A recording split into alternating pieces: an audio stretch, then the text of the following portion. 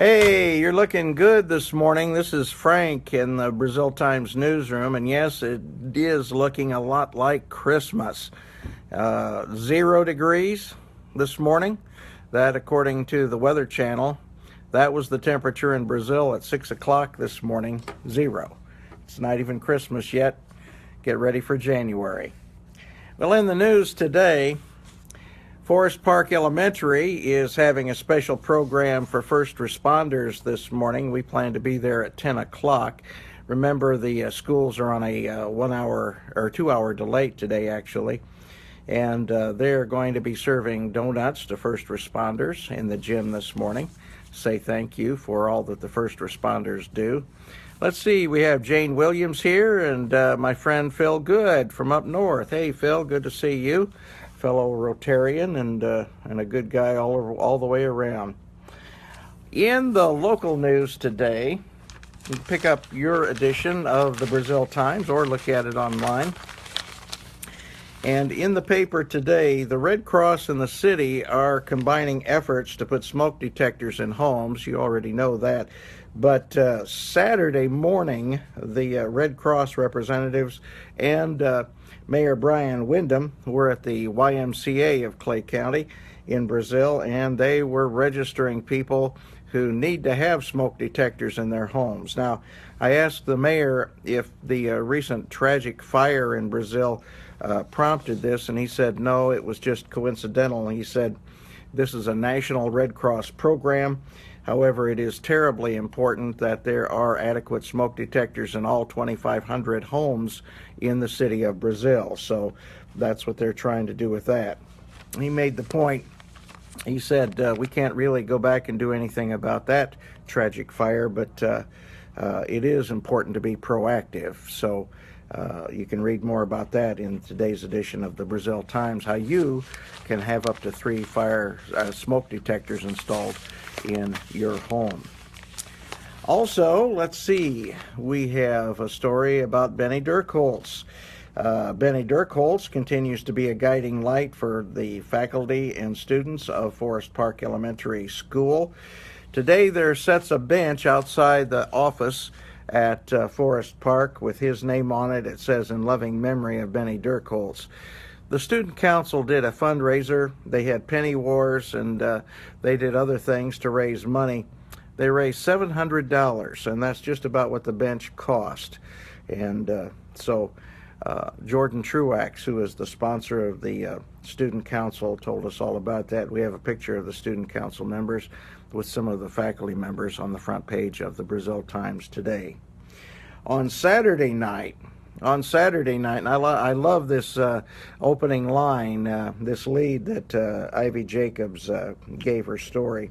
It was truly a night for man and beasts to come out and visit with Santa Claus Saturday at the Christmas in the Park Santa House. And boy, it was nasty Saturday night. So at any rate, you can read more about that. They were raising money for the Humane Society, and people could have their pets' pictures taken with Santa Claus. So that was a great thing. And by the way, there's only 6 more days until Christmas, we're reminded. Just in case you don't have your shopping done. Some of us do, but not everyone. I have to brag a little bit. Hey, Gary Williams is here. Glad to have you with us too, Gary. Santa Claus met with a few of his helper elves, the Posey Township volunteer firefighters, before delivering an early Christmas to 68 children and 20 families throughout the township. It was the 13th annual Posey Township Volunteer Fire Department Children's Christmas that was organized by firefighters Matt and Mary Barker, who said the department's firefighters raised funds for the project during the Covered Bridge Festival. So that's really neat. You can read more about Ivy Jacobs' report from Posey Township on the front page of the Brazil Times today as well. Now inside, we've got the story about Indianapolis Mayor William Hudnut. Undoubtedly the big story, as far as most of us are concerned, concerning his life was that he brought the Indianapolis Colts to Indianapolis, and that's great. Also have a picture from Shop with a Cop. And we have a picture from Mrs. Lunsford's 4th grade class at Forest Park Elementary. And if your school's doing something, we naturally want to hear all about that. You can send us the information, and we'll try to get over there and take a picture if at all possible, maybe even write a story, who knows. Janet McClellan is here. Good morning, ma'am. She is going to be the new plan director for the city of Brazil, and she's going to be taking over those reins before very long. The mesmerizing Linda Messmer is in the paper today. She has a column titled A Christmas Salute to a General. What's that about? Well, you can read about that. And Pete Wilson, our editor, has a column today, and he's writing about the Clay City news and all that means to the city of Clay City. And so you can read about that. And Ivy's back in the paper with her column on Pardon My Beard. Pardon My Beard. Not sure what that's about, but at any rate, you can read what Ivy has to say about that. And let's see, we have some sports news here. Excuse me a second. I hate to do this on live broadcast, but there we go. It's either that or sneeze all over the screen, and I don't think you want sneeze all over your screen. Okay, from Jeffersonville, weather wreaked havoc with high school sports schedules across the state over the weekend. After winning their game on Friday night against North Putt, Saturday's anticipated Northview boys game against Bloomington North was postponed, and we have a lot more sports in today's paper as well. Hey, did you hear about the Colts? They won.